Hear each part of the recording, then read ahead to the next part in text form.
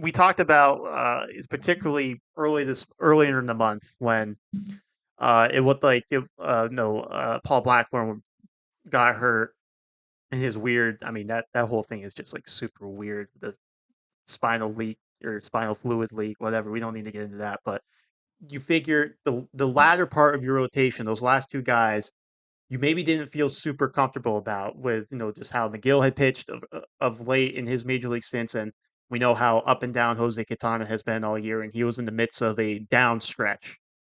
But these guys, when the Mets really needed it, really needed them, they turned it on. And Quintana has been great this month. I don't want to jinx anything with him because he's still got another couple big starts to make. The same thing with Tyler McGill, but to have these guys pitching the way they are to go along with Mania, Severino, David Peterson, that's huge. This is really huge for this team, and like I said, hopefully they can keep it up because they need these guys now more than ever to keep churning out performances like they have in the month of September.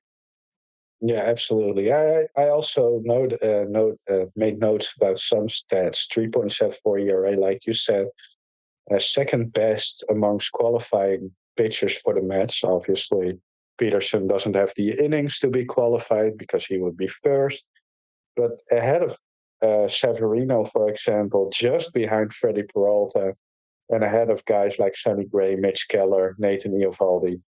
I think yes, he had his great and bad stretches this year. It's not like it's been a consistent year for Jose Quintana, but if you look at that ERA, I think you definitely take it from probably your fourth starter this year. So I want to give Quintana, I gave it after his last outing. I think he's been on a roll.